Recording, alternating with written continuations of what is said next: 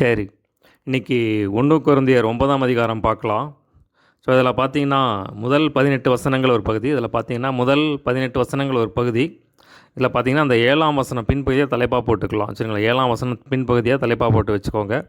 எவன் மந்தையை மேய்த்து அதன் பாலை சாப்பிடாதிருப்பான். ஸோ அதுதான் தலைப்பு. சரிங்களா? முதல் 18 வசனங்கள் ஒரு பகுதி. சரிங்களா? அது ஒரு முக்கியமான ஒரு அதிகாரம். சரி பார்ப்போம். முதலாவது வசனம் வாசிக்கிறேன்.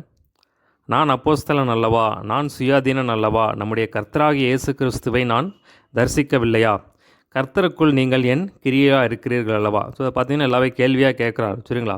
ஸோ முதலாவது கேட்குறாரு பாருங்கள், நான் அப்போஸ்தலன் அல்லவா? ஸோ பார்த்தீங்கன்னா அங்கே இருக்கிற கொரிந்தியப்பட்டில் இருக்கிறவங்க சிலர் இவரை அப்போஸ்தலன் சொல்லி ஊழியக்காரர் அப்படின்னு சொல்லி எல்லோரும் இல்லை, சிலர் இவரை ஏற்றுக்கொள்ள ஒரு மாதிரி பேச ஆரம்பிச்சிடுறாங்க. ஸோ அதனால் பார்த்தீங்கன்னா சொல்கிறாரு, நான் அப்போஸ்தலன் அல்லவா அப்படின்னா இப்போ அவருக்கு அந்த ஊழியக்காரர்களுக்குன்னு சில அதிகாரம் இருக்குது. ஸோ பார்த்தீங்கன்னா அவர் சொல்கிறார், நான் அப்போஸ்தலன் அல்லவா அப்படின்னா பார்த்தீங்கன்னா அவர் அப்போஸ்தலர் தான். நம்ம வேதத்தில் பார்க்குறோம். பார்த்தீங்கன்னா ஃபுல்லாமே அவர் இன்ட்ரடக்ஷன் பண்ணும்போது எல்லாத்துலேயும் சொல்கிறாரு, கர்த்தராக இயேசு கிறிஸ்துவனாலே அப்போஸ்தலனாகிய பவுல் அப்படின்னு சொல்லி எல்லாத்துலேயுமே எழுதுவார். அப்போஸ்தலனாகிய பவுல் அப்படின்னு சொல்லி தான் அவருடைய எல்லா ஆரம்பத்திலேயே எல்லாத்துலேயுமே எழுதுவார். ஸோ இவருக்கு என்ன ஊழியம் அப்படின்னா பார்த்தீங்கன்னா, புறஜாதிகளுக்கு அப்போஸ்தலன். ஸோ அதுதான் இவருடைய ஊழியம். ஸோ பார்த்திங்கன்னா அவர் அப்போஸ்தலன். ஸோ அதான் பார்த்திங்கன்னா அவர் அப்போஸ்தலன். ஸோ அவர் பார்த்திங்கன்னா அதில் சந்தேகமே கிடையாது. நான் சுயாதீனன் அல்லவா? ஸோ சுயாதீனன் அப்படின்னா விடுதலையானவன் அர்த்தம். ஸோ பார்த்தீங்கன்னா அவர் பார்த்தீங்கன்னா ரட்சிக்கப்பட்டவர். ஸோ அதான் சொல்கிறார், நான் விடுதலையானவன். ஸோ பார்த்தீங்கன்னா இதுக்கு முன்னாடி பார்த்தீங்கன்னா நியாயப்பிரமாணம் ஒரு மனுஷனை கட்டி வச்சிருக்கு. சரிங்களா? ஸோ நியாயப்பிரமாணம் ஒரு மனுஷனை கட்டி வச்சிருக்கு. ஆனால் இயேசு கிறிஸ்து சிலுவைக்கு போனதுனால நம்ம விடுதலை நியாயப்பிரமாணத்தின் சாபத்திலிருந்து விடுதலை ஆக்கிட்டார். ஸோ பார்த்தீங்கன்னா அது சொல்கிறார் வரணும், நான் விடுதலையானவன், நான் சுயாதீனமானவன். ஸோ பார்த்தீங்கன்னா ரட்சிக்கப்பட்டவன் அந்த மாதிரி சொல்கிறார் அவர். நம்முடைய கர்த்தராக இயேசு கிறிஸ்துவை நான் தரிசிக்கவில்லையா? ஸோ பார்த்தீங்கன்னா இயேசு கிறிஸ்துவ இவர் தரிசிச்சிருக்கார். சரிங்களா? ஏன்னா தமஸ்கோவுக்கு போகும்போது அந்த வழியில் தேவன் சந்திச்சார், தொட்டு இவரை ரசித்தார். அதை நம்ம தெரியும். அதே மாதிரி பார்த்தீங்கன்னா கண்ணு போயிடுது. இன்னும் பார்த்தீங்கன்னா 3 நாள் மறுபடியும் ஃபாஸ்டிங் இருக்கிறாரு. மறுபடியும் ஆண்டவர் எனக்கு தரிசனமானார் அப்படின்னு சொல்லி மறுபடியும் ஆண்டவர் நான் தரிசித்தேன் அப்படின்னு சொல்லி சொல்கிறார். ஸோ பார்த்தீங்கன்னா தேவனை தரிசிச்சிருக்காரு. கர்த்தருக்குள் நீங்கள் என் கிரியையாக இருக்கிறீர்கள் அல்லவா? ஸோ பார்த்தீங்கன்னா நம்ம அப்போஸ்தலர் 18ஆம் அதிகாரத்தில் பார்க்குறோம். கொரிந்து பட்டணத்தில் போய் அந்த இடத்துல போய் சுவிசேஷம் சொல்கிறாரு. ஸோ அதன் மூலமாக பெற்ற ஜனங்கள் தான் அது மூலமாக வந்த சபை தான் இந்த கொரிந்தி சபை. ஸோ இதெல்லாம் பார்த்தீங்கன்னா இவருடைய ஜனங்கள், இவர் பெற்ற பிள்ளைகள், சுவிசேஷத்தினால இவர் பெற்ற பிள்ளைகள். ஸோ இவர் மூலமாக ரட்சிக்கப்பட்டவர்கள். அதனால் கர்த்தருக்குள் நீங்கள் என் கிரியைகளாக இருக்கிறீர்கள் அல்லவா அப்படின்னு சொல்லி சொல்கிறார். ஸோ நீங்களாம் என் பிள்ளைகள், ரட்சிக்கப்பட்ட தேவனுடைய பிள்ளைகள் அப்படின்னு சொல்லி சொல்கிறார். நான் 2ஆம் வசனம் பாருங்கள். நான் மற்றவர்களுக்கு அப்போஸ்தலனாக இராவிட்டாலும் உங்களுக்கல்லவோ அப்போஸ்தலனாக இருக்கிறேன். கர்த்தருக்குள் நீங்கள் என் அப்போஸ்தல ஊழியத்திற்கு முத்திரையாக இருக்கிறீர்களே. ஸோ பார்த்தீங்கன்னா நான் நிறைய பேருக்கு அப்போஸ்தலனாக இருந்திருக்கேன். ஆனால் விசேஷமாக உங்களுக்கு நான் அப்போஸ்தலனாக இருக்கேன் அப்படின்னு சொல்லி சொல்கிறார். ரொம்ப உரிமை பாராட்டி சொல்கிறார் அவர். அப்போஸ்தலனாக இருக்கிறேன். கர்த்தருக்குள் நீங்கள் என் அப்போஸ்தல ஊழியத்திற்கு முத்திரையாக இருக்கிறீர்களே. ஸோ பார்த்தீங்கன்னா சுவிசேஷத்தை சொல்லி உங்களெல்லாம் பெற்றேன். நீங்கள் அதுக்கு சாட்சியாக இருக்கீங்க, முத்திரையாக இருக்கீங்க அப்படின்னு சொல்லி சொல்கிறார். என்னை நியாயம் விசாரிக்கிறவர்களுக்கு நான் சொல்லுகிற உத்தரவாவது. ஸோ அப்படின்னா பார்த்தீங்கன்னா இவர் மேலே சில குறைகளை கண்டுபிடிக்கிறாங்க. ஸோ கண்டுபிடித்தனால என்ன குறை என்னன்னு சொல்லி நம்ம அங்கே தெரியல. பட் ஆனால் பார்த்தீங்கன்னா என்ன நியாயம் விசாரிக்கிறவர்களுக்கு ஸோ பார்த்தீங்கன்னா அவங்களுக்கு நான் என்ன உத்தரவு சொல்கிறேன் அப்படின்னு சொல்லி அந்த மாதிரி சொல்கிறார் இவர். நான் சொல்லுகிற உத்தரவாவது உத்தரவாவது. புசிக்கவும் குடிக்கவும் எங்களுக்கு அதிகாரம் இல்லையா? மற்ற அப்போஸ்தலரும் கர்த்தருடைய சகோதரரும் கேபாவும் செய்கிறது போல மனைவியாகிய ஒரு சகோதரியை கூட்டிக் கொண்டு திரிய எங்களுக்கு அதிகாரம் இல்லை. அதுக்கு அல்லது கைத்தொழில் செய்யாதிருக்கிறது எனக்கும் பர்னப்பாவுக்கும் மாத்திரம்தானா? அதிகாரம் இல்லை. ஸோ பார்த்தீங்கன்னா அப்போஸ்தலர் இவர் பார்த்தீங்கன்னா முழு நேர ஊழியத்துக்கு தேவன் அழைத்திருக்கிறார். சரிங்களா? இப்போ முழு நேர ஊழியமாய் அழைக்கப்பட்டவர்களுக்கு சில அதிகாரங்கள் இருக்குது. சரிங்களா? இப்போ பார்த்தீங்கன்னா அவங்களுக்கு 15ஆம் வசனம் வாசிக்கிறேன். பார்த்தீங்கன்னா 14-15 வாசிக்கிறேன். அதை வாசிச்சுட்டு இதை வாசிக்கும் போது உங்களுக்கு புரியும். 14-15 வசனம் வாசிப்பீங்க. அந்தபடியே சுவிசேஷத்தை அறிவிக்கிறவர்களுக்கு சுவிசேஷத்தினாலே பிழைப்பு உண்டாக வேண்டும் என்று கர்த்தரும் கட்டளையிட்டிருக்கிறாரே. அப்படி இருந்தும் நான் இவைகளில் ஒன்றையும் அனுபவிக்கவில்லை. ஸோ இப்படி நான் நடக்கணும்னு சொல்லி எழுதுறதில்லை அப்படின்னு சொல்லி பார்த்தீங்கன்னா அப்போது ஊழியம் செய்கிறவர்களுக்கு ஊழியத்தினாலே பிழைப்பு உண்டாகணும். சரிங்களா? அப்போ பார்த்தீங்கன்னா இவர் அப்போஸ்தல ஊழியம் முழு நேர ஊழியமாக தேவன் அழைச்சிருக்கார். ஸோ அப்படி இருக்கும்போது அந்த யார் வந்து இவர் யாரை போஷிச்சாருக்கோ அவர்கள் மூலமாக வந்து இவருக்கு வந்து ஆதாயம் கிடைக்கணும். அதான் சொல்கிறார். அப்போ எனக்கு புசிக்கவும் குடிக்கவும் எனக்கு அதிகாரம் இல்லையா? என்ன இருக்குது? ஏன்னா அவர் தான் பெற்றார். ஏன்னா முழு நேரம் மூலியமாக வந்திருக்காரு. இப்போ புசிக்கவும் குடிக்கவும் அவருக்கு அதிகாரம் இருக்குது. பார்த்தீங்கன்னா மற்ற அப்போஸ்தலரும் கர்த்தருடைய சகோதரரும் கேபாவும் செய்கிற மனைவியாக ஒரு சகோதரியை கூட்டிக் கொண்டு திரிய எங்களுக்கு அதிகாரம் இல்லையா? ஸோ பார்த்தீங்கன்னா மனைவியாக சகோதரியை கூட்டி கொண்டு திரிக்க எனக்கு அதிகாரம் இருக்கா அப்படின்னா இருக்குது. ஸோ அதை சொல்கிறார் அவர். ஆனால் மற்ற அப்போஸ்தலர் பார்த்தீங்கன்னா இந்த மற்ற அப்போஸ்தலரும் கர்த்தருடைய சகோதரர் அப்படிங்கிறது வந்து இயேசு கிறிஸ்துவ யோசேப்பு மரியாளுக்கு வந்து பின்னாடி இயேசு கிறிஸ்துவுக்கு அப்புறம் பிறந்த சகோதரர். அது வந்து மத்தேயு 13ஆம் அதிகாரம் கடைசியில் நம்ம பார்க்க முடியும். சரிங்களா? அப்போ அவங்களும் வந்து கல்யாணம் ஆனவங்க. அவங்க வந்து தன் மனைவியை கூட்டிக் கொண்டு ஊழியம் செய்கிறத நம்ம பார்க்குறோம். கேபா அப்படிங்கிறது பேதுருவை குறிக்குது. அவரும் வந்து கல்யாணமானவர். சரிங்களா? அப்போ அவரும் வந்து மனைவியை கூட்டி கொண்டு போய் ஊழியம் செஞ்சாங்க. ஆனால் பார்த்திங்கன்னா இவர் வந்து அப்படி செய்யலை. ஸோ அநேகர் பார்த்திங்கன்னா 1 கொரிந்தியர் 7ஆம் அதிகாரத்தில் எழுதும்போது என்ன எழுதுகிறார் அப்படின்னா, எல்லாரும் என்னைப் போலவே இருந்து விட்டால் நலமா, அதாவது என்ன மாதிரியே கல்யாணம் ஆகாத இருந்துட்டா பரவாயில்ல அப்படின்னு சொல்லி ஒரு இடத்துல அதில் சொல்லுவார். ஸோ அநேகர் சொல்கிறது என்னென்னா, இந்த வசனத்தை வச்சுக்கொண்டு பவுல் வந்து கல்யாணமானவர் அப்படின்னு சொல்லி சொல்லுவாங்க. சரிங்களா? சரி, பார்த்தீங்கன்னா நம்ம வந்து தெளிவாக நம்ம வந்து சொல்ல முடியாது. சரிங்களா? இப்போ ஏன்னா வந்து எனக்கும் தெரியாது. சரிங்களா? பார்த்தீங்கன்னா 1 கொரிந்தியர் 7ஆம் அதிகாரத்தில் பார்த்தீங்கன்னா என்னை போலவே நீங்கள் கல்யாணம் ஆகாமல் இருங்க அப்படின்னு சொல்லி சொல்கிறாரு. ஆனால் இந்த இடத்துல பார்த்தீங்கன்னா மனைவியாக ஒரு சகோதரியை கூட்டி கொண்டு திரிய எங்களுக்கு அதிகாரம் இல்லையா? ஸோ இந்த வசனத்தை வச்சு சொல்லுகிறவர்கள் அநேகர் வந்து ஒரு கூட்டத்தார் வந்து அவர் கல்யாணம் ஆகாதன்னு சொல்லி சொல்கிறாங்க. இன்னொரு கூட்டத்தார் இந்த வசனத்தை வச்சு சொல்லும்போது அவர் கல்யாணமானவர் அப்படின்னு சொல்லி சொல்கிறாங்க. சரிங்களா? ஸோ பார்த்தீங்கன்னா நமக்கு வந்து சரியாக சொல்ல முடியாது. ஒரு மாதிரி கல்யாணம் ஆயிருக்கா இல்லையா அப்படின்னு சொல்லி நமக்கு தெரியாது. ஸோ அதிகாரம் இல்லையா அப்படின்னு சொல்லி இந்த இடத்துல கேட்குறார். 6ஆம் வசனம் பாருங்கள்.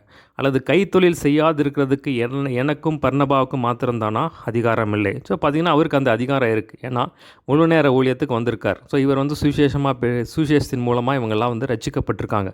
ஸோ அவர்கள் வந்து இவரை தாங்க வேண்டும். ஸோ பார்த்தீங்களா, அதுதான் இந்த இடத்துல சொல்கிறார். அதான் அதெல்லாம் பாருங்கள். ஆனால் அந்த இடத்துல சொல்கிறாரு, நான் எதுவுமே இதெல்லாம் அனுபவிக்கலை அப்படின்னு சொல்லி சொல்கிறார். ஸோ பார்த்தீங்கன்னா கைத்தொழில் செய்யாதிருக்கிறதற்கு எனக்கும் பர்னபாவுக்கும் மாத்திரம். ஆனால் பார்த்தீங்கன்னா அவர் என்ன செஞ்சார்? மற்றவர்களுக்கு இடரெல்லாம் உண்டாகக்கூடாது. அது வந்து மற்றவங்களுக்கு ஒரு பாதிப்பு, அதனால் மற்றவர்களுக்கு ஒரு பாதிப்பு வரக்கூடாது அப்படிங்கிறத தன் கைத்தொழில் கூடார பணியை செஞ்சார் அப்படின்னு சொல்லி நம்ம பார்க்குறோம். ஸோ அதனால தான் இதெல்லாம் எழுதுகிறாரு. சரிங்களா? பார்த்தீங்கன்னா இதில் பார்த்தீங்கன்னா தன்னுடைய சுயத்தை வெறுத்து அவர் வந்து பயங்கரமாக ஊழியம் பண்ணியிருக்காரு. ஸோ அதுதான் இந்த இடத்துல சொல்கிறார். ஸோ இத்தனை அதிகாரங்கள் இருக்குது. ஒரு அப்போஸ்தலனாக முழு நேர ஊழியராக இருக்குது. இது எல்லாத்தையுமே அவர் இத்தனை அதிகாரங்கள் இருந்தாலும் அவர் எதையுமே செய்யலை. சரிங்களா? அதுதான் இதை வந்து சொல்கிறார். அதெல்லாம் வந்து சொல்கிறார். இவ்வளோ இந்த காரியத்தை இதெல்லாம் அதுக்கு தான் விளக்குறார். 7ஆம் வசனம் பாருங்கள். எவன் தன் சொந்த பணத்தை செலவழித்து தண்டிலே சேவகம் பண்ணுவான்? எவன் திராட்சை தோட்டத்தை உண்டாக்கி அதன் கனியில் புசியாதிருப்பான்? எவன் மந்தையை மேய்த்து அதன் பாலை சாப்பிடாதிருப்பான்? இவைகள் மனுஷன் வழக்கத்தின்படியே சொல்லுகிறானோ? நியாயப்பிரமாணம் விலை சொல்லுகிறது இல்லையா? ஸோ பார்த்தீங்கன்னா அதான் சொல்கிறாரு. பார்த்தீங்கன்னா சொந்த பணத்தை யாராவது செலவு செஞ்சு மிலிட்ரியில் வேலை செய்வாங்களா? செய்ய மாட்டாங்க. எவன் திராட்சை தோட்டத்தை உண்டாக்கி அதன் கனியில் புசியாதிருப்பான்? ஸோ பார்த்தீங்கன்னா அதான் சொல்கிறார். திராட்சை தோட்டத்தை வச்சாங்கன்னா கனி யார் புசியாதிருப்பான்? எவன் மந்தையை வைத்து அதன் பாலை சாப்பிடாது இருப்பான்? ஸோ இதெல்லாம் பார்த்தீங்கன்னா மனுஷர்கள் வந்து இதெல்லாம் செய்வாங்க. சரிங்களா? அப்போ மனுஷர்கள் எல்லாம் வந்து ஃப்ரீயாக வந்து மிலிட்ரியில் வேலை செய்ய மாட்டாங்க. திராட்சை தோட்டத்தை வைத்து அந்த கனியை சாப்பிடுவாங்க. ஆனால் எவன் மந்தியை வைத்து அதன் பாலை சாப்பிடாதிருப்பான்? ஸோ இப்படி அப்போஸ்தலனுக்குரிய அதிகாரங்கள் அநேகமாக இருந்தாலும் நான் எதுவுமே அனுபவிக்கலை அப்படிங்கிறது பின்னாடி சொல்கிறார். சரிங்களா? அதுக்கு தான் இதெல்லாம் சொல்கிறார். இவைகளை மனுஷர் வழக்கத்தின்படியே சொல்லுகிறானோ? நியாயப்பிரமாணம் இவைகளை சொல்லுகிறது இல்லையா? அதை பாருங்கள். 9ஆம் வசனம். போரடிக்கிற மாட்டை வாய் கட்டாயாக என்று மோசேயின் பிரமாணத்தில் எழுதியிருக்கிறதே, தேவன் மாடுகளுக்காக கவலையாக இருக்கிறாரோ? 9ஆம் வசனம் பக்கத்தில் 9ஆம் வசனம் அது எங்கே இருக்குன்னா உபாகமம் 25:4 போட்டு வச்சுக்கோங்க. 9ஆம் வசனம் பக்கத்தில் உபாகமம் 25:4. சரிங்களா? ஸோ அந்த இடத்துல இருக்குது. நமக்காகத்தான் இதை சொல்லுகிறாரோ? உழுகிறவன் நம்பிக்கையோടെ உழவும், போரடிக்கிறவன் தான் நம்புகிறதில் பங்கடைவேன் என்ற நம்பிக்கையோடு போரடிக்கவும் வேண்டியது ஆகையால் அது நமக்காகவே எழுதப்பட்டிருக்கிறது. ஸோ பார்த்திங்கன்னா போரடிக்கிற மாட்டை வாய் கட்டாயாக, அப்போ உழவு செய்கிற மாட்டை, அதாவது விவசாயத்துக்கு பயன்படுத்துகிற, அதாவது விவசாய காரியங்களுக்காக பயன்படுத்துகிற மாட்டை வந்து வாய் கட்டாயாக அப்படின்னு சொல்லி தேவன் வந்து கட்டளையிட்டிருக்கிறார். ஸோ அது எதுக்கு சொல்கிறாருன்னா விளைச்சல் அதிகமாக வரும்படியாக ஒரு நன்மைக்காக தான் வந்து தேவன் சொல்கிறார். ஸோ எல்லாமே பார்த்திங்கன்னா அது வந்து நமக்காக தான் சொல்கிறார் அப்படின்னு சொல்லி சொல்கிறார். அடுத்த பாருங்கள் 11ஆம் வசனம், முக்கியமான வசனம். நாங்கள் உங்களுக்கு ஞான நன்மைகளை விதைத்திருக்க உங்கள் சரீர நன்மைகளை அறுத்தால் அது பெரிய காரியமா? இப்போ பார்த்தீங்கன்னா சொல்கிறார், நாங்கள் உங்களுக்கு ஞான நன்மைகளை விதைத்திருக்க உங்கள் சரீர நன்மைகளை அறுத்தால் அது பெரிய காரியமா. ஸோ இந்த இடத்துல பார்க்க ரொம்ப முக்கியமான ஒரு வசனம் பாருங்கள். நாங்களுக்கு ஞான நன்மைகள் அப்படின்னா ஆவிக்குரிய காரியங்கள், உள்ளான மனுஷனுக்காக நாங்கள் விதைக்கிறதுக்கோம். நாங்கள் வந்து உங்களுக்கு பிரசங்கம் பண்ணியிருக்கோம், உங்களுக்கு போதகம் பண்ணியிருக்கோம், வார்த்தையை பிரசங்கிச்சிருக்கோம், அபிஷேகத்துக்குள்ளே நடத்தியிருக்கோம். ஸோ எல்லாம் வந்து அதெல்லாம் சொல்கிறார். சரிங்களா? அப்போ இயேசு கிறிஸ்து எங்களுக்கு கொடுத்துருக்கோம். உள்ளான மனுஷன் ஆத்மா பலப்படும் முடியாது என்னென்ன செய்யுமோ சொல்லி செய்வோம். அதுக்கு தான் நாங்கள் அதிகமாக விதைச்சிருக்கோம். இப்போ அதுக்கு வந்து விதைச்சிருக்கோம். நீங்கள் போய் ஆனால் உலக பிரகாரமான காரியத்தை அறுத்தால் அது பெரிய காரியமா அப்படின்னு சொல்கிறார் பாருங்க. அதை நம்ம வேதத்தில் வாசிக்கிறோம். உன் ஆத்மா வாழ்வது போல் நீ எல்லாவற்றிலும் வாழ்ந்து சுகமாயிரு, உன் ஆத்மாவை நல்லா பார்த்துக்கிட்டா போதும், இது எல்லாமே உனக்கு சப்ளை வரும் அப்படின்னு சொல்லிட்டு தான் நம்ம வேதத்தில் பார்க்குறோம். முதலாவது தேவனுடைய ராஜ்யத்தையும் நீதியும் தேடுங்கள், அப்போ எல்லாம் உங்களுக்கு கூட கொடுக்கப்படும்னு சொல்கிறார். சரிங்களா? அப்போ பார்த்தீங்கன்னா ஞான நன்மைகள், ஆவிக்குரிய காரியங்கள், உள்ளான மனுஷன் அதுதான் வந்து முக்கியம். சரிங்களா? அப்போ அதை தேடும்போது மீதி எல்லாமே ஆட்டோமேட்டிக்காக வந்துடும் பாருங்கள். சரிங்களா? அப்போ பார்த்தீங்கன்னா தேவனுடைய சாயலாக நம்ம மாறணும். ஸோ அதான் ரொம்ப முக்கியம் பாருங்கள். அப்போ தேவனுடைய வசனத்தின்படியா தேவனுடைய வசனம் வந்து நம்ம மறுரூபமாக்குறதா இருக்குது. ஸோ அதை தான் டார்கெட் பண்ணி அவர் சொல்கிறார். சரிங்களா? அப்போ தேவனுடைய காரியத்துக்கு முதலிடம் கொடுங்க, இது எல்லாம் வந்து ஆண்டவர் செய்வார் அப்படின்னு சொல்கிறார். உலக பிரகாரமான காரியங்கள் ஏதாவது வச்சா அதை நீங்கள் வந்து பெருசு பண்ணாதீங்க. ஸோ அதை விட முக்கியம் என்னென்னா ஞான நன்மைகள், அதுதான் முக்கியம். தேவ வார்த்தைக்கு முக்கியம். தேவ வார்த்தைக்கு முக்கியம் கொடுங்க. அதான் நம்ம பிலிப்பியர் 3 வசனத்தை கூட சொல்லும்போது சொல்கிறாரு, மேலானவைகளை நாடுங்கள், பூமிக்குரியவர்களெல்லாம் மேலானவைகளை நாடுங்கள். ஸோ அப்போ மேலானவைகளை நாடும்போது ஆட்டோமேட்டிக்காக பூமிக்குரிய காரியங்களை வந்து ஆண்டவர் தர வல்லவராக இருக்கிறார். இந்த வேதத்தில் வாசிக்கிறோம், தேவன் தம்முடைய ஐஸ்வர்யத்தின்படி உங்கள் குறைவை எல்லாம் கிறிஸ்து இயேசுவுக்குள் மகிமையிலேயே நிறைவாக்குவார் அப்படின்னு சொல்கிறார் பாருங்கள். மற்றவர்கள் உங்களிடத்திலே வந்து இந்த அதிகாரத்தை செலுத்தினால் அவர்களிலும் நாங்கள் அதிகமாய் செலுத்தலாம் அல்லவா? அப்படி இருந்தும் கிறிஸ்துவின் சுவிசேஷத்துக்கு யாதொரு தடையும் உண்டாகாதபடிக்கு நாங்கள் இந்த அதிகாரத்தை செலுத்தாமல் எல்லா பாடும் படுகிறோம். ஸோ பார்த்தீங்கன்னா அதான் சொல்கிறார். இப்போது பார்த்தீங்கன்னா அடுத்த 2 வசனம் வாசிக்கிறேன் பாருங்கள். ஆசாரிய ஊழியம் செய்கிறவர்கள் தேவாலயத்துக்குரியவைகள் பூசிக்கிறார்கள் என்றும் பலிப்பீடத்துக்கு அடுத்த பணிவிடை செய்கிறவர்களுக்கு பலிப்பீடத்தில் உள்ளவைகளில் பங்கு உண்டென்றும் அறியீர்களா? அந்தபடி சுவிசேஷத்தை அறிவிக்கிறவர்களுக்கு சுவிசேஷத்தினாலே பிழைப்பு உண்டாக வேண்டும் என்று கர்த்தரும் கட்டளையிட்டிருக்கிறாரே. அப்படி இருந்தும் நான் இவைகளில் ஒன்றையும் அனுபவிக்கவில்லை, இப்படி நடக்க வேண்டும் என்று நான் எழுதுகிறதும் இல்லை. என் மேன்மை பாராட்டலை ஒருவன் அபத்தகமாக்குறதை பார்க்கிலும் சாகிறது எனக்கு நலமாக இருக்கும். ஸோ இதுதான் முக்கியமான காரியம் பாருங்கள். சரிங்களா? அந்த 15ஆம் வசனம் தான் முக்கியம். சரி பார்த்தீங்களா? ஸோ இந்த இடத்துல சொல்கிறார் பாருங்கள், ஆசாரிய ஊழியம் செய்கிறவர்கள் தேவாலயத்துக்குரியவைகளில் புசிக்கிறார்கள். ஸோ பார்த்தீங்கன்னா ஆசாரிய ஊழியம் செய்கிறவருக்கு அதிலிருந்து ஒரு பங்கு கிடைக்குது அப்படின்னு சொல்கிறார். பலிப்பீடத்துக்கு அடுத்த பணியிடை செய்கிறவர்களுக்கு பலிப்பீடத்தில் உள்ளவைகளில் பங்கு உண்டு என்று. ஸோ பலிப்பீடத்துக்கு அடுத்த காரியங்கள் அதில் ஒரு பங்கு வருது அப்படின்னு சொல்கிறார். அந்தபடியே சுவிசேஷத்தை அறிவிக்கிறவர்களுக்கு சுவிசேஷத்தினாலே பிழைப்பு உண்டாகும் என்று கர்த்தரும் கட்டளையிட்டிருக்கிறார். ஸோ இது எங்கே இருக்குது அப்படின்னா பார்த்தீங்கன்னா 14ஆம் வசனம் பக்கத்தில் லூக்கா 10:7 பக்கத்தில் போட்டு வச்சுக்கோங்க. 14ஆம் வசனம் பக்கத்தில் லூக்கா 10:7. ஸோ இந்த இடத்துல என்ன சொல்கிறாருன்னா, சுவிசேஷத்தை அறிவிக்கிறவர்களுக்கு சுவிசேஷத்தினாலே பிழைப்பு உண்டாக வேண்டும் என்று கர்த்தரும் கட்டளையிட்டிருக்கிறார். அப்படி இருந்தும் இந்த 15ஆம் வசனம் தான் முக்கியம். சரி, அதுக்கு தான் எவ்வளோத்தை விளக்குறார் அவர். அப்படி இருந்தும் நான் இவைகளில் ஒன்றையும் அனுபவிக்கவில்லை. ஸோ இதுதான் பார்த்தீங்கன்னா முக்கியமாக சொல்கிறார். சரிங்களா? பார்த்தீங்கன்னா அப்போஸ்தலன் முழு நேர ஊழியத்துக்கு அழைக்கப்பட்ட அப்போஸ்தலன் இவர். சரிங்களா? அப்போ இவருக்கு வந்து எல்லாமே அனுபவிக்க வந்து அதிகாரம் உண்டு. ஏன்னா தேவனே சொல்லியிருக்கார், சுவிசேஷத்தை அறிவிக்கிறவர்களுக்கு ஊழியம் செய்கிறவருக்கு ஊழியத்தினாலே பிழைப்பு உண்டாக வேண்டும். அப்படி இருந்தும் நான் இவைகளில் ஒன்றையும் அனுபவிக்கவில்லை. ஸோ அதுக்கு தான் இவ்வளவு எழுதுகிறார். சரிங்களா? பார்த்தீங்கன்னா அதனால தான் இந்த இப்போ பாருங்கள் எல்லாம் பார்த்தீங்கன்னா மிலிட்ரியில் எவனும் ஃப்ரீயாக வேலை செய்ய மாட்டான். அதே மாதிரி பார்த்தீங்கன்னா திராட்சை தோட்டத்தில் வேலை செஞ்சுட்டு யாரும் கனி புசியாக இருக்க மாட்டாங்க. மந்தையை மேய்த்து அது யாரும் பாலை சாப்பிடாமல் இருப்பாங்க. அதில் பார்த்தீங்கன்னா மற்றவர்களிடத்தில் வந்து புசிக்கவும் குடிக்கவும் அவங்களுக்கு அதிகாரம் உண்டு. மற்றவர்களுக்கு சம்பளத்தை பெற்றுக்கொள்ள அவங்களுக்கு அதிகாரம் உண்டு. கைத்தொழில் செய்யாமல் இருக்கிறதுக்கு அவங்களுக்கு அதிகாரம் உண்டு. ஆனால் பார்த்தீங்கன்னா சுவிசேஷம் தடைப்படக்கூடாது, ஊழியம் தடைப்படக்கூடாது அப்படிங்கிறதுக்காக இவர் எல்லாத்தையுமே விட்டுட்டார் பாருங்கள். இதை ஒன்றுமே நான் அனுபவிக்கலை அப்படின்னு சொல்கிறார். ஸோ இயேசு கிறிஸ்துவே சொல்கிறார், சுவிசேஷத்தை அறிவிக்கிறவர்களுக்கு சுவிசேஷத்தினாலே பிழைப்பு உண்டாகும். அப்போது ஊழியம் செய்கிறவர்களுக்கு ஊழியத்தினாலே பிழைப்பு உண்டாகும்னு சொல்கிறார். ஆனால் பார்த்தீங்கன்னா அவர் சொல்கிறார் பாருங்கள், நான் இவைகளில் ஒன்றையும் அனுபவிக்கவில்லை அப்படின்னு சொல்கிறார். ஸோ அதுக்கு தான் இவ்வளவும் எழுதுறாரு. சரிங்களா? அப்போ அவர் வந்து தன் சுயத்தை வெறுக்கிறார். சுயத்தை வெறுத்து எனக்கு சுவிசேஷம் சொன்னால் போதும் அப்படின்னு சொல்லி, அதனால் பார்த்தீங்கன்னா அவரே நிறைய இடத்துல வந்து அவராக வேலை செஞ்சு நிறைய பாடுபடுறதை நம்ம பார்க்குறோம். பாடுபட்டு வந்து காசு சம்பாதிச்சு அவர் இடத்துல வாங்காமல் அவங்களுக்கு எல்லா உரிமையும் உண்டு. இவரும் முன்னேற ஊழியத்துக்கு வந்திருக்காரு. அவர் யாருக்கு போய் சுவிசேஷம் சொன்னாரோ அவங்க சபையிலேருந்து சம்பளத்தை பெற்றுக்கொள்ள அவருக்கு வந்து அதிகாரம் உண்டு. ஆனால் வந்து இதெல்லாம் வந்து எதுவுமே வந்து புசிக்கவும் குடிக்கவும் அவங்களுக்கு அதிகாரம் உண்டு. ஆனால் எல்லாத்தையுமே வந்து நான் எதுவுமே அனுபவிக்கலை அப்படின்னு சொல்கிறார். அதுக்கு தான் வந்து இவ்வளவும் சொல்கிறார். நான் இவைகளில் ஒன்றையும் அனுபவிக்கவில்லை. இப்படி எனக்கு நடக்க வேண்டுமென்று இவைகளை நான் எழுதுகிறதும் இல்லை. என் மேன்மை பாட்டவன் அபத்தமாக்குறதை பார்க்கலும் சாகிறது எனக்கு நலமாக இருக்கும். ஸோ பார்த்தீங்கன்னா அதான் இப்படி நான் நடக்க வேணும்னு சொல்லி நான் எழுதுகிறது இல்லை. ஏன்னா நான் என் மேன்மை பாட்டு அபத்தமாக்குறதை பார்க்கலாம் சாகிறது எனக்கு நலமாக இருக்கும் அப்படின்னு சொல்கிறார். ஸோ அவ்வளவா வந்து ரொம்ப டெடிக்கேட்டடாக வந்து ஊழியத்தை பண்ணுறதை நம்ம இந்த இடத்துல பார்க்குறோம். 16 வசனம் பாருங்கள், முக்கியமான வசனம் 16, 17. சுவிசேஷத்தை நான் பிரசங்கித்து வந்தும் மேன்மையை பாராட்ட எனக்கு இடமில்லை. அது என்மேல் விழுந்த கடமையாக இருக்கிறது. சுவிசேஷத்தை நான் பிரசங்கியாதிருந்தால் எனக்கு ஐயோ. ஸோ பார்த்தீங்கன்னா அவருக்கு கொடுக்கப்பட்ட ஊழியம் சுவிசேஷ ஊழியம். சரிங்களா? அப்போஸ்தல ஊழியம். அப்போஸ்தலத்தில் முக்கியமான ஒரு காரியம் என்னென்னா சுவிசேஷத்தை அறிவிக்கிறது. ஸோ அவருக்கு கொடுக்கப்பட்ட ஒரு ட்ராக், அவருக்கு கொடுக்கப்பட்ட ஊழியம். அப்போ பார்த்தீங்கன்னா நமக்கு என்ன ஊழியத்தை கொடுக்கப்பட்டிருக்கோ அது நம்ம செய்யணும். சரிங்களா? அதில் நம்ம மேன்மை பாடுறதுக்கு ஒன்றுமே கிடையாது. ஸோ ஆண்டவர் நமக்கு ஊழியத்தை கொடுத்துருக்காரு. ஸோ இதில் வந்து என்ன ஆனாலும் சரி, என்ன அற்புதம் நடந்தாலும் அடையாளங்கள் நடந்தாலும் சரி, என்ன ஒரு மகிமையான காரியங்கள் நடந்தாலும் சரி, நமக்கு அதில் நமக்கு ஒரு மேன்மை பாடுறதுக்கு ஒன்றுமே எல்லா தேவனுடைய கிருபை தான். சரிங்களா? அது என் மேல் விழுந்த கடமையாக இருக்குது. ஸோ ஆண்டவர் நமக்கு அந்த டியூட்டியை கொடுத்துருக்கார், அந்த வேலையை கொடுத்துருக்கிறார்.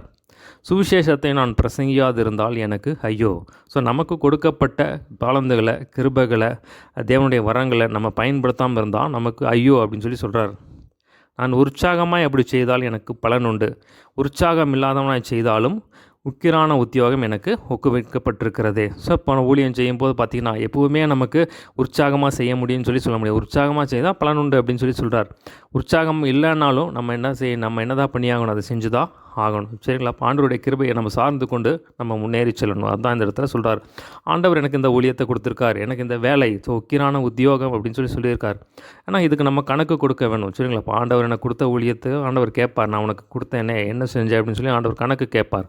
நம்ம கணக்கு ஆண்டவரத்தில் கணக்கு ஒப்புவிக்க வேண்டியவர்களாக இருக்கிறோம். சரிங்களா? பார்த்தீங்கன்னா உற்சாகமாக செய்தால் நல்லது. ஆனால் அப்படி இல்லை, உற்சாகம் இருந்தாலும் சரி இல்லைன்னாலும் சரி, நம்ம தொடர்ந்து தேவனுடைய ஊழியத்தை தேவ கிருபையை சார்ந்து கொண்டு நம்ம செய்யணும். அதுதான் அதுக்கு தான் நம்ம தேவன் அழைத்திருக்கிறார். பாருங்கள், உபத்திரம் வரலாம், பாடுகள் வரலாம், பிரச்சனைகள் வரலாம், ஆனால் தேவன் கூட இருந்து நம்ம வழி நடத்துவார். பாருங்கள், ஆதலால் எனக்கு பலன் என்ன? நான் சுவிசேஷத்தை பிரசங்கிக்கையில் அதை பற்றி எனக்கு உண்டாயிருக்கிற அதிகாரத்தை முற்றிலும் செலுத்தாமல் கிறிஸ்துவின் சுவிசேஷத்தை செலவில்லாமல் ஸ்தாபிப்பதே எனக்கு நலம். ஸோ ஒரு ஊழியக்காரனாக எனக்கு அநேக அதிகாரங்கள் இருந்தாலும் அந்த அதிகாரங்களெல்லாம் வந்து அது எனக்கு அதில் முக்கியமாக நான் கண்ணு வைக்காமல் எனக்கு கொடுக்கப்பட்ட வேலையை நான் வந்து பெர்ஃபெக்டாக செஞ்சு முடிக்கணும் அப்படின்னு சொல்லி அதில் தான் நான் விருப்பமாக இருக்கேன். அதுவே எனக்கு பலன் அப்படின்னு சொல்கிறார். அடுத்த பாருங்கள், 19ஆம் வசனத்திலிருந்து 23ஆம் வசனம் வரைக்கும் அடுத்த பகுதி, 19லேருந்து 23 வரைக்கும் அடுத்த பகுதி. அந்த 19ஆம் வசனத்தையே வேணால் தலைப்பாக போட்டு வச்சுக்கலாம். 19ஆம் வசனத்தை தலைப்பாக போட்டு வச்சுக்கலாம். நான் ஒருவருக்கும் அடிமைப்படாதவனாக இருந்தும் நான் அதிக ஜனங்களை ஆதாயப்படுத்தி கொள்ளும்படிக்கு என்னைத்தானே எல்லாருக்கும் அடிமையாக்கினேன். தலைப்பாக போட்டு வச்சுக்கோங்க. சரிங்களா? 19 முதல் 23 வரை 19 வசனம் தலைப்பாக போட்டு வச்சுக்கோங்க. நான் ஒருவனுக்கும் அடிமைப்படாதவனாக இருந்தும் நான் அதிக ஜனங்களை ஆதாயப்படுத்தி கொள்ளும்படிக்கு என்னைத்தானே எல்லாருக்கும் அடிமையாக்கினேன். ஸோ பார்த்தீங்கன்னா இது வந்து அவரோட ஊழியத்தை சொல்கிறார். எப்படி அவர் ஊழியத்தில் எவ்வளவா பிரயாசப்பட்டு அதை செய்கிறார் அப்படின்னு சொல்லி எவ்வளவு ரொம்ப டெடிக்கேட்டடாக பண்ணுறதை இந்த இடத்துல சொல்கிறார். பாருங்கள், அவருடைய பிரயாசத்தை சொல்கிறார். யூதரை ஆதாயப்படுத்தி கொள்ளும்படிக்கு யூதனுக்கு யூதனைப் போலவும் நியாயப்பிரமாணத்துக்கு கீழ்ப்பட்டவர்களை ஆதாயப்படுத்தி கொள்ளும்படிக்கு நியாயப்பிரமாணத்துக்கு கீழ்ப்பட்டவனை போலவும் ஆனேன். நியாயப்பிரமாணம் இல்லாதவர்களை ஆதாயப்படுத்தி கொள்ளும்படிக்கு அவர்களுக்கு நியாயப்பிரமாணம் இல்லாதவனைப் போலவும் ஆனேன். அப்படி இருந்தும் நான் தேவனுக்கு முன்பாக நியாயப்பிரமாணம் இல்லாதவனாக கிறிஸ்துவ பிரமாணத்துக்கு உள்ளவனாக இருந்தேன். சொல்கிறாரு, நான் யூதனை ஆதாயப்படுத்திக் யூதனை போலவனானே. ஆனால் சுவிசேஷ ஊழியன்னா பார்த்திங்கன்னா கிறிஸ்துவை பற்றியே தெரியாதவர்கள். ஸோ யூதர்களுக்குன்னா அவங்களுக்கு ஒரு மாதிரி நம்ம ஊழியம் செய்யணும், புறஜாதிகளுக்கு அவங்களுக்கு ஒரு மாதிரி செய்யணும், நியாயப்பிரமாணத்துக்கு கீழ்பட்டவர்கள் அவங்களுக்கு ஒரு மாதிரி செய்யணும். ஸோ பார்த்திங்கன்னா எப்படியாவது சிலர் ஆதாயப்படுத்துக்க எல்லாத்துக்கும் எல்லாம் ஆனேன்னு சொல்கிறார். 22 பாருங்கள். பலவீனரை ஆதாயப்படுத்தி கொள்ளும்படிக்கு பலவீனனுக்கு பலவீனனை போலானே, எப்படியாகிலும் சிலரை ரட்சிக்கும்படிக்கு எல்லாருக்கும் எல்லாம் ஆனேன். ஸோ பார்த்திங்கன்னா சுவிசேஷ ஊழியம் ரொம்ப கஷ்டமான ஊழியம். சரிங்களா? அவர் போய் இயேசு கிறிஸ்துவை பற்றி பார்த்திங்கன்னா இயேசு கிறிஸ்து பழைய ஏற்பாடு மட்டும் தெரிஞ்சிருக்கும், நியாயப்பிரமாணம் மட்டும் தெரிஞ்சிருக்கும். அவங்களுக்கு ஒரு மாதிரி சுவிசேஷத்தை சொல்லணும். அதே மாதிரி பார்த்திங்கன்னா புறஜாதிகளை அவங்களுக்கு ஒரு மாதிரி சொல்லணும். சில பேர் பலவீனமாக இருப்பாங்க, அவங்களுக்கு ஒரு மாதிரி போய் சுவிசேஷம் சொல்லணும். அவங்களே ஆதாயப்படுத்துறது கஷ்டமான ஒரு காரியம். பாருங்கள், ஒரு சபையில் போய் பிரசங்கம் பண்ணிடலாம், ஏதாவது பண்ணிடலாம். ஆனால் பார்த்திங்கன்னா சுவிசேஷத்தை சொல்லி அவங்கள கர்த்தருக்குள்ளே நடத்துறது ரொம்ப ஒரு கடினமான காரியம் பாருங்கள். சரிங்களா? ஸோ அதை பார்த்திங்கன்னா அந்த அளவுக்கு ரொம்ப டெடிக்கேட்டடாக பண்ணியிருக்கிறத நம்ம இந்த இடத்துல பார்க்குறோம். எவ்வளவா பிரயாசப்பட்டுறேன்னு சொல்லி இந்த இடத்துல சொல்கிறத நம்ம பார்க்குறோம். அப்போது கர்த்தர் நமக்கு என்ன ஊழியத்தை கொடுத்துருக்கோ அதுக்கான கிருபையை கொடுப்பார் பாருங்கள். சரிங்களா? அப்போ பார்த்திங்கன்னா அதுக்கான கிருபையை கொடுப்பார். அந்த ஊழியத்தை கொடுத்தது அவர் தான். அப்போ என்ன ஊழியம் கொடுத்துருந்தாலும் சரி, ஒரு போதிக்கிற ஊழியமாக, போதகர் ஊழியமாக, தீர்க்க தரிசன ஊழியமாக, சுவிசேஷ ஊழியமாக, எந்த ஊழியமாக இருந்தாலும் சரி அதுக்கான கிருபையை கொடுப்பார் பாருங்கள். அப்போ அவருடைய கிருபையை சார்ந்து கொள்ளும்போது நம்ம எல்லாமே ஆண்டவர் கிருபை கொடுத்தாருன்னா போதும், எல்லாமே நம்ம சுலபமாக செய்யலாம் பாருங்கள். இப்போ ஆண்டவர் கிருபை கொடுப்பார், ஆண்டவரே எல்லாம் செஞ்சு முடிப்பார் பாருங்கள். அப்போ அவர் கிருபை சார்ந்து கொண்டு நம்ம முன்னேறி செல்லணும் பாருங்கள். அதுதான் இந்த இடத்துல சொல்கிறார். சுவிசேஷத்தில் நான் உடன் பங்காளி ஆகும்படிக்கு அதன் நிமித்தமே இப்படி செய்கிறேன். ஸோ பார்த்தீங்கன்னா முதல் பகுதி நான் எதுவுமே அனுபவிக்கலை அப்படின்னு சொல்லி சொல்கிறேன். 2ஆம் பகுதி அவர் கொடுத்த ஊழியத்தை நான் எவ்வளோ கண்ணும் கருத்துமாக ரொம்ப டெடிக்கேட்டடாக செஞ்சேன் அப்படின்னு சொல்லி சொல்கிறார். அடுத்த பாருங்கள் 3ஆம் பகுதி. இது ஒரு முக்கியமான பகுதி. 24ஆம் வசனத்திலிருந்து கடைசி பகுதி, 24ஆம் வசனத்திலிருந்து 27ஆம் வசனம் வரைக்கும் அடுத்த பகுதி. அந்த 24ஆம் வசனம் பின்பகுதியை தலைப்பாக போட்டு வச்சுக்கோங்க. 24ஆம் வசனம் பின்பகுதி, நீங்கள் பெற்றுக்கொள்ளத்தக்கதாக ஓடுங்கள். ஸோ அதோட தலைப்பாக போட்டு வச்சுக்கோங்க, நீங்கள் பெற்றுக்கொள்ளத்தக்கதாக ஓடுங்கள். 24ஆம் வசனம் வாசிக்கிறேன். பந்தயச்சாலையில் ஓடுகிறவர் எல்லாரும் ஓடுவார்கள், ஆகிலும் ஒருவனே பந்தயத்தை பெறுவான் என்று அறியீர்களா? நீங்கள் பெற்றுக்கொள்ளத்தக்கதாக ஓடுங்கள். ஸோ பார்த்தீங்கன்னா சொல்கிறாரு, நீங்கள் எல்லாருக்குமே வேதத்தில் பார்க்குறோம், எல்லாருக்குமே ஆண்டவர் ஒரு ஓட்டத்தை வச்சுருக்கார். ஸோ பார்த்தீங்கன்னா எப்போவுமே காட்ஸ் ட்ராக்குள்ளே வந்துடணும். சரிங்களா? ஆண்டவர் நமக்குன்னு ஒரு ட்ராக்கை, ஒவ்வொருத்தருக்கும் ஒரு ட்ராக், ஒருத்தருடைய ட்ராக் இன்னொருத்தருக்கு செட் ஆகாது. அவங்க செஞ்சாங்க, இவங்க செஞ்சாங்க, இப்படி செஞ்சாங்க, அப்படி செஞ்சாங்கன்னு சொல்லி போட்டியிலையும் பொறாமையிலையும் நம்ம ஊழியம் செய்யக்கூடாது. சரிங்களா? அப்போ ஆண்டவர் என்ன செய்ய சொல்கிறாரோ அதை நம்ம பெற்றுக்கொண்டு அதை செய்யணும் பாருங்கள். அதுதான் நமக்கு சக்ஸஸ்ஃபுல்லாக முடியும். மற்றவங்க செஞ்சாங்க, மற்றவங்க அப்படி செஞ்சாங்க, இப்படி செஞ்சாங்கன்னா அது ஃபெயிலியரில் தான் முடியும். சரிங்களா? இப்போ ஆண்டவர் நமக்குன்னு ஒரு ட்ராக் வச்சுருக்கார். அதில் மட்டும் நம்ம கண்ணு வச்சு முன்னாடி போனால் போகும். ஸோ பார்த்தீங்கன்னா உங்களுக்கு இன்னும் சிம்பிளாக சொல்லணுன்னா, ஒரு ஆப்பிள் செடி, ஆப்பிள் மரம் என்ன பண்ணுன்னா ஆப்பிள் கனியை கொடுத்து கொண்டே இருக்கும். ஒரு ஆரஞ்சு செடி என்ன பண்ணும் அப்படின்னா, ஆரஞ்சு மரம் என்ன பண்ணுன்னா ஆரஞ்சை கொடுத்து கொண்டே இருக்கும். ஸோ அதோட வேலை அதுதான். சரிங்களா? அப்போ பார்த்தீங்கன்னா ஆப்பிள் மரம் நான் ஏன் ஆரஞ்சு செடி கொடுக்கல, நான் ஏன் திராட்சை செடி கொடுக்கலன்னு சொல்லி கவலைப்படக்கூடாது. ஸோ அந்த மாதிரி தான் ஊழியத்துலேயும் அதே மாதிரி தான். அப்போ ஆண்டவர் எனக்கு என்ன வச்சுருக்காரு, ஆரஞ்சு பழத்தை கொடுக்கும்படியாக வச்சுருக்காரு. நான் ஆரஞ்சு பழம் கொடுக்குறேன் நான். ஸோ அதுதான். அப்போ நமக்கு கொடுக்கப்பட்ட ஊழியத்தை, நமக்கு கொடுக்கப்பட்ட ஓட்டத்தை நம்ம சரியாக பண்ணிக்கிட்டே இருக்கணும். அப்போ பார்த்திங்கன்னா அதில் தேவனுடைய ஆசீர்வாதத்தை நம்ம பார்க்க முடியும். ஸோ தேவனுடைய ஊழியத்தை நம்ம தேவன் நம்ம கொடுத்த ஆண்டவருடைய சித்தத்தின்படியாக நம்ம செய்யணும். ஆண்டவர் நம்ம கொடுத்தது ஆண்டவர் சித்தத்தின்படியாக நம்ம செய்யணும் பாருங்கள். பெற்றுக்கொள்ளத்தக்கதாக ஓடுங்கள், பந்தயத்துக்கு போராடுகிற யாவரும் எல்லாவற்றிலும் இச்சையடக்கமாக இருப்பார்கள். அவர்கள் அழிவுள்ள கிரீடத்தை பெரும்படிக்கு எப்படி செய்கிறார்கள், நாமும் அழிவில்லாத கிரீடத்தை பெரும்படிக்கு எப்படி செய்கிறோம். ஸோ இது ரொம்ப முக்கியமான ஒரு காரியம் பாருங்கள். இப்போ பார்த்தீங்கன்னா ஊழியத்தில் எல்லாம் ஓடிட்டுருக்காங்க, ஊழிய ஓட்டத்தில் ஓடிட்டுருக்காங்க. ஓட்டுக்கும்போது அப்போது சாதாரணமாக ஒருத்தர் ஓட்டப்பந்தயத்தில் போகிறாருன்னா அந்த ஓட்டப்பந்தயத்தை பரிசை பெறுவதற்காக அவர் என்ன பண்ணுவாங்க, எல்லாத்துலேயுமே இச்சையடக்கமாக இருப்பாங்க. ஸோ அவங்க அவங்களுக்கு ஒரு பரிசு பெறுறாங்க அப்படின்னா உலக பிரகாரமாக ஒரு பரிசு பெற்றாலும் அதனால் ஒரு பெருசு கிடையாது. ஏன்னா உலக பிரகாரமான ஒரு பேரு புகழ் வரும், ஒரு பணம் வரும், அவ்வளோதானே ஒழிய அதன் மூலமாக அவங்க பரலோகம் போக முடியாது. பரலோகம் போக முடியுமா அப்படின்னு சொல்ல முடியாது. சரிங்களா? அப்போ அவங்க ரசிக்கப்பட்டாங்களோ, அவங்க ஆத்மா எப்படி இருக்குது, அவங்களுக்கு தேவனுக்கு உள்ள உறவு எப்படி இருக்குது அப்படின்னு சொல்கிறார். ஆனால் பார்த்தீங்கன்னா அவர்கள் அழிவுள்ள கிரீடத்தை பெறும்படிக்கு எப்படி செய்கிறார்கள், அந்த கப்பை வச்சுட்டு அவங்க பரலோகம் போக முடியாது.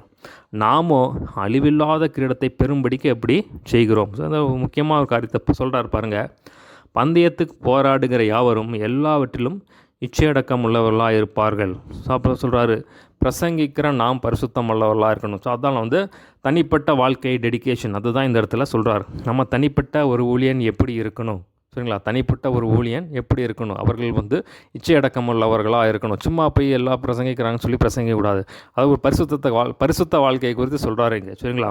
அப்போது பந்தயத்துக்கு போராடுகிற எல்லாரும் எல்லாவற்றிலும் இச்சையடக்கமாக இருக்கப்பா. தேவன் நமக்கு கொடுத்த ஊழியத்தை வந்து வெற்றிகரமாக முடிக்கணும், சரிங்களா? அதுக்கு நம்ம வந்து டெடிகேஷன் தேவை, பரிசுத்தம் தேவை, உண்மை தேவை, நீதி தேவை, தேவனுடைய கிருபையை சார்ந்து கொள்ளணும் பாருங்கள். அதுதான் இந்த இடத்துல சொல்கிறாரு. இப்போ இயேசுக்கு சொல்கிறாரு, நான் பரிசுத்தர் ஆகியால் நீங்களும் பரிசுத்தராக இருங்கள். பரிசுத்தமாக இருந்து நம்ம தேவனுடைய ஊழியத்தை செய்யணும் பாருங்கள். அதுதான் இங்கே சொல்கிறார்.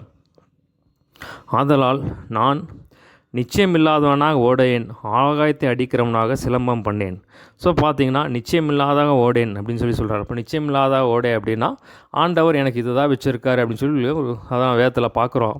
உங்கள் அழைப்பையும் தெரிந்து கொள்ளுதலையும் உறுதியாக்கும்படி ஜாக்கிரதையாருங்கள், இப்படி செய்தால் நீங்கள் ஒரு காலும் இடறுவதில்லை அப்படின்னு சொல்கிறார். அப்போது நான் பார்த்தீங்கன்னா எல்லாரும் ஊழியம் செய்கிறாங்க, நானும் செய்கிறேன், ஏதோ ஒன்று செய்கிறது அப்படி கிடையாது.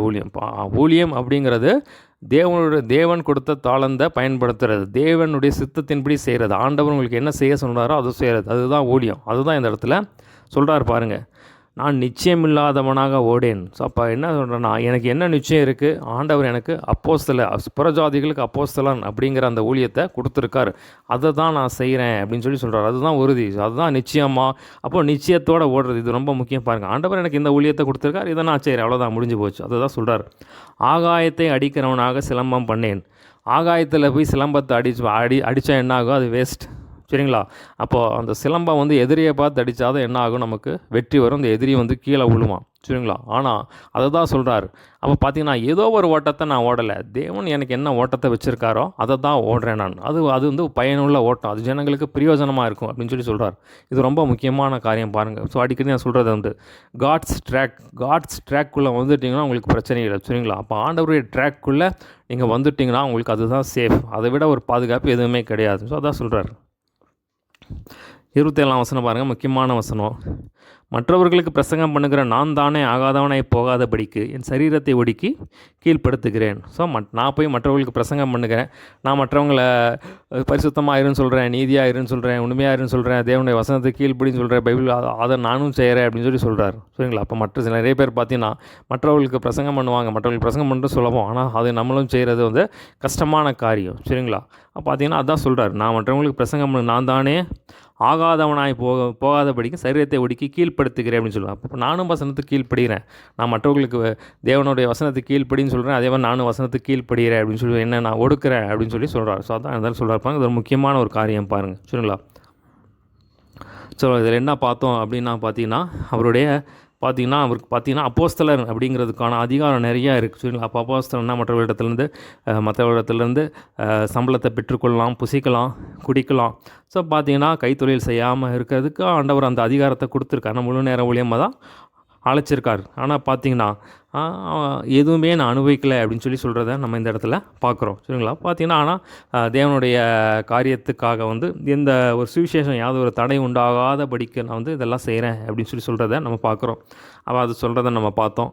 அது மாதிரி பார்த்தீங்கன்னா நான் ஞான நன்மைகளை விதைத்திருக்க சரீர நன்மைகள் அறுத்தா பெரிய காரியமா அப்படின்னு சொல்கிற அந்த காரியத்தை நம்ம பார்த்தோம். அது மாதிரி பார்த்தீங்கன்னா சுவிசேஷம் என்மேல் விழுந்த கிழமை. ஸோ பார்த்தீங்கன்னா ஆண்டவர் எனக்கு என்ன ஊழியத்தை கொடுத்துருக்காரோ அதை வந்து செய்கிறது என்னுடைய கடமையாக இருக்குது. அப்படி செய்யலைன்னா எனக்கு ஐயோ, நான் உற்சாகமாக செய்யணும். அப்படி இல்லைனாலும் நமக்கு உத்தியோகம் கொடுக்கப்பட்டிருக்கு, அதை வந்து நம்ம செய்யணும். இப்போ ஒரு உத்தியோகம் இருக்கும்போது அதை யாராவது ஒருத்தர் உத்தியோகத்தை கொடுத்தாங்கன்னா அது பிடிச்சிருக்கோ இல்லையோ அதை செய்கிறீங்கள. ஸோ அந்த மாதிரி தான் வந்து உத்தியோகத்தை நீங்கள் ஆண்டவர் ஊழியத்தை கொடுத்துருந்தா அதை நீங்கள் செய்யுங்க அப்படின்னு சொல்கிறத அந்த காரியத்தை நம்ம பார்த்தோம். அது மாதிரி பார்த்தீங்கன்னா அந்த ஊழியத்தை எவ்வளோ டெடிக்கேட்டடாக பண்ணுறாரு அப்படின்னு பார்த்தோம். இப்போ எப்படியாவது எல்லாரையும் ஆதாயப்படுத்தணும்னு சொல்லி எல்லாருக்கும் எல்லாம் ஆனேன்னு சொல்கிற அந்த காரியத்தை நம்ம பார்த்தோம்.